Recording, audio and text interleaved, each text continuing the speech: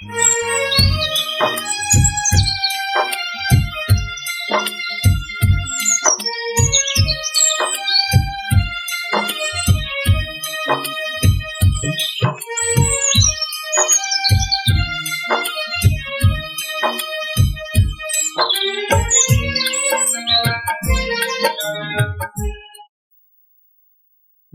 प्रिय आत्मन, सहज योग में आज बुल्ले शाह का एक पद लेने जा रहे हैं। बुल्ले शाह का जन्म 1680 ईस्वी में हुआ और 1758 ईस्वी तक पंजाब की धरती पर बुल्ले शाह अपना प्यारा गीत गाते रहे। कहते हैं बुल्ले शाह सब इको रंग कपाई। बड़ी सुंदर उपमा दे रहे हैं। जैसे कपास तो एक ही होता है, लेकिन उसी से नाना प्रकार के वस्त्र बुने जाते हैं, ऐसे ही परमात्मा एक है और ये सारी सृष्टि उसी कपास की रचना है। ये सारी सृष्टि परमात्मा का फैलाव है, ये सारी सृष्टि परमात्मा का प्रसार है, मगर बीज रूप में परमात्मा ही है। जैसे कपास से ही नाना प्रकार के सूत और उस नाना प्रकार के वस्त्र बुने जाते हैं, ऐसे ही परमात्मा से नाना प्रकार की सृष्टि की रचना हो गई है। जिसके लिए जनक अपने गुरु अष्टावक्र से कहते हैं कि गुरुदेव, मेरा अनुभव है कि जैसा लहरों में जल माला मनकों में है, वैसे विश्व आत्मा सबकी आत्मा में है। जैसे लहर कोई भी हो मगर जल तो एक ही है, और जैसे कि माला में एक ही सूत, एक ही धागा, मनके बहुत होते हैं मगर धागा तो एक ही है, ऐसे ही विश्वात्मा का धागा सारे मनकों में फैला हुआ है, सारे मनकों के बीच से गुजर रहा है। वैसे विश्वात्मा सबकी आत्मा में है। आत्मतंतु से चादर हरि की बुनी, चांद सूरज में जल थल में बसता वही। अब तो कणकण में भगवान दिखता प्रभो, जिंदगी खुद हुई एक गीता अहो। कहते हैं बुल्ले शाह सब इको रंग कपाईदा, इक आपे रूप बताईदा। एक ही परमात्मा सब रूपों में विराजमान है। कहीं वो हाथी बन गया है, कहीं वो चींटी बन गया है, कहीं बंदर में बंदर बन गया है, पेड़ में पेड़ बन गया है, मनुष्य में मनुष्य बन गया है, पंछी में पंछी बन गया है। ये सब रूप का भेद है, ये सब भाजन का भेद है। वास्तव में सब के बीच में वह साईं ही रमण कर रहा है, वह परमात्मा ही विराजमान है। जिसके लिए भगवान दत्तात्रेय कहते हैं, जग पांच तत्व का इंद्रजाल, नर मृग तृष्णा में धर्म आया, भ्रम टूटा तो पाया मैंने, है ब्रह्म सत्य जग है माया, रूपों में बसा अरूप अहो, वह तुम ही हो, तुम ही तो अहो। कहते हैं बुल्ले शाह, अरुणी तेजो गधों चरावे, सो भी वांगी गाई ना। बड़ी सुंदर बात कह रहे हैं।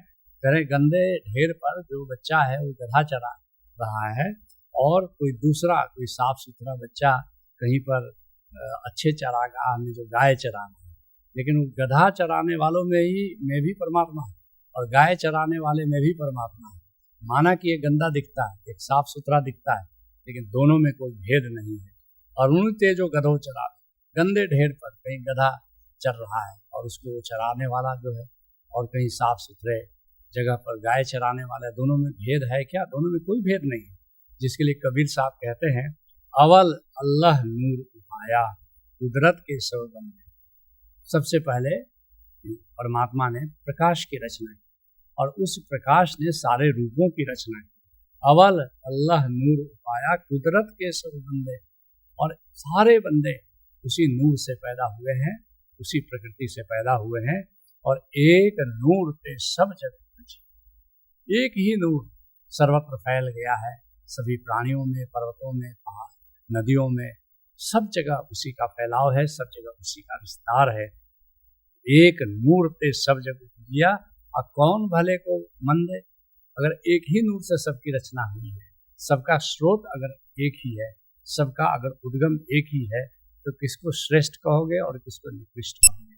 किसको ऊंची जाति का कहोगे, किसको नीची जाति का कहोगे? कहीं भी कोई भेद नहीं है। कहते हैं बुल्ले शाह, सब नगरा विच आपे वस्से, ओहो मेहर कराईदा।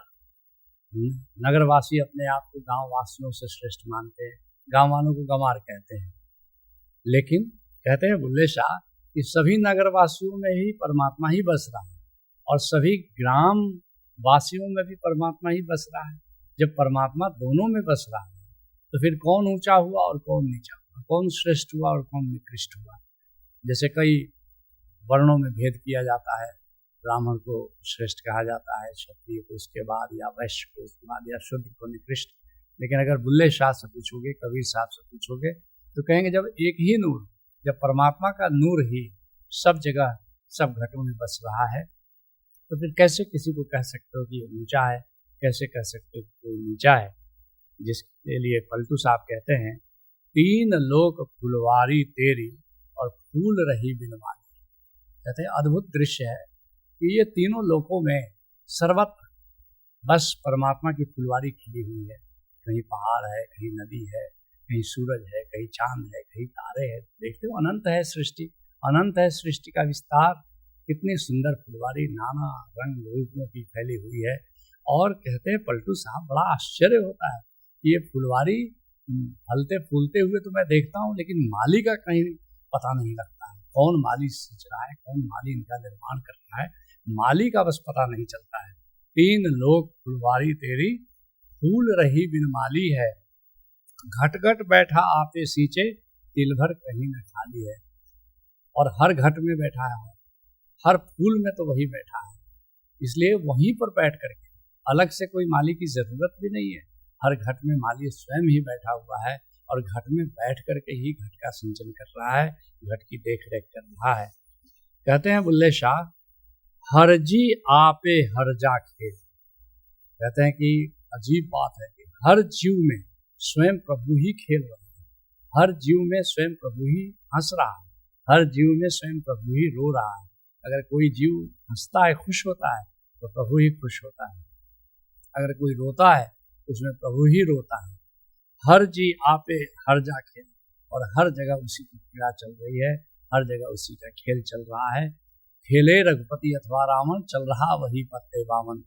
कुछ लोगों को देखते हो कि इधर से ताश का पत्ता वही फेंकते हैं, और विपरीत पार्टी से भी ताश का पत्ता वही फेंकते हैं, और अकेले ही खेल खेलते हैं। ऐसे ही रावण बनकर के वही सीता को चुराता है, राम बनकर के वही रावण को मारता है। सब तरफ से उसी का खेल चल रहा है। हर शक्ल आईना है, हर आईने में तू है, हर जहाँ जहूर तेरा, हर जहाँ जहूर तेरा। जितने भी शक्ल दिखाई पड़ते हैं परमात्मा का आईना है। हर शक्ल आईना है, हर आईना में तू है, और हर आईने में स्वयं प्रभु रहता है। हर जहाँ जहूर तेरा, हर जहाँ जहूर तेरा।